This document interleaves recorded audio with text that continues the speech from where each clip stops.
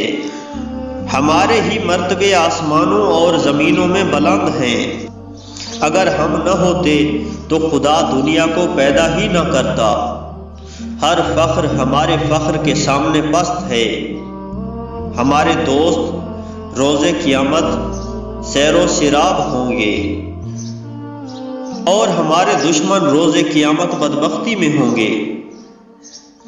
جب لوگوں نے امام زین العابدین علیہ السلام کا کلام سنا تو چیخ مار کر رونے اور پیٹنے لگے، اور ان کی آوازیں بے ساختہ بلند ہونے لگی۔ یہ حال دیکھ کر یزید گھبرا اٹھا کہ کہیں کوئی فتنہ نہ کھڑا ہو جائے۔ اس نے اس کے رد عمل میں فوراً مؤذن کو حکم دیا کہ اذان شروع کر کے امام کے خطبہ کو منقطع کر دے۔ مؤذن گلدستہ اذان پر گیا اور کہا، اللہ اکبر، خدا کی ذات سب سے بزرگ و برتر ہے۔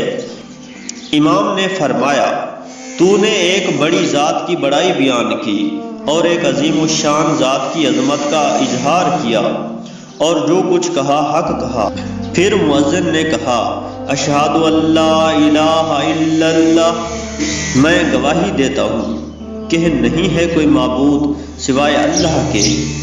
امام نے فرمایا، میں بھی اس مقصد کی ہر گواہ کے ساتھ گواہی دیتا ہوں اور ہر انکار کرنے والے کے خلاف اقرار کرتا ہوں۔ پھر مؤذن نے کہا، اشہد ان محمد رسول اللہ، میں گواہی دیتا ہوں کہ محمد مصطفیٰ صلی اللہ علیہ وآلہ وسلم اللہ کے رسول ہیں۔ یہ سن کر حضرت علی جبل الحسین رو پڑے اور فرمایا، اے یزید، میں تجھ سے خدا کا واسطہ دے کر پوچھتا ہوں، بتا حضرت محمد میرے نانا سے یا تیرے؟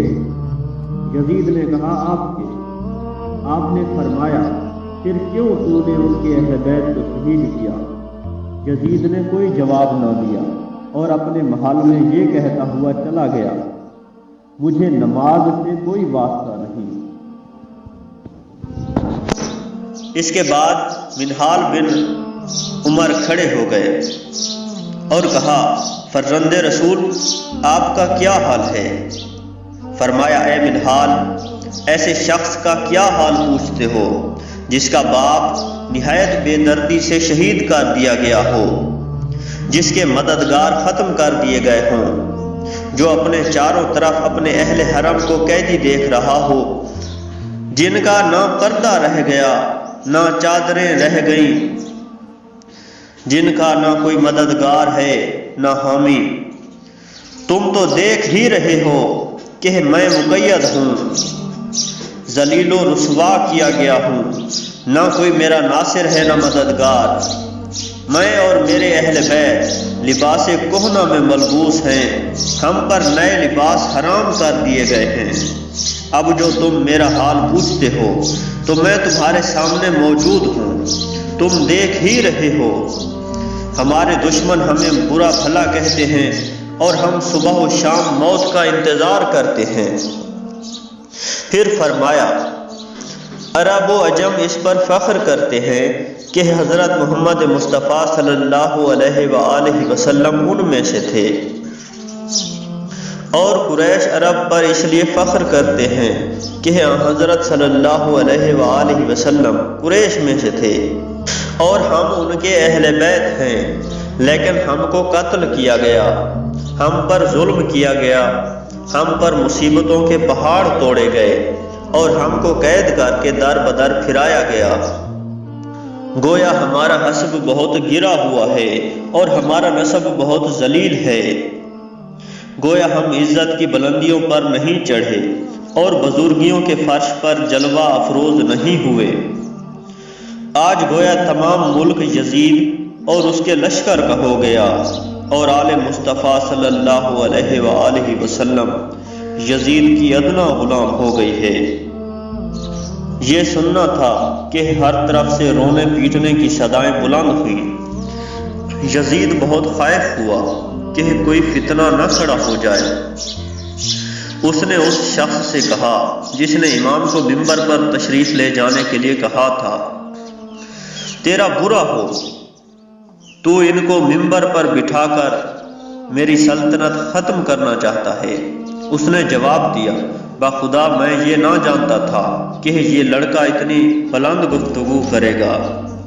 یزید نے کہا، کیا تو نہیں جانتا کہ یہ اہل بیت نبوت اور مادان رسالت کی ایک فرد ہے؟ یہ سن کر مؤذن سے نہ رہا گیا۔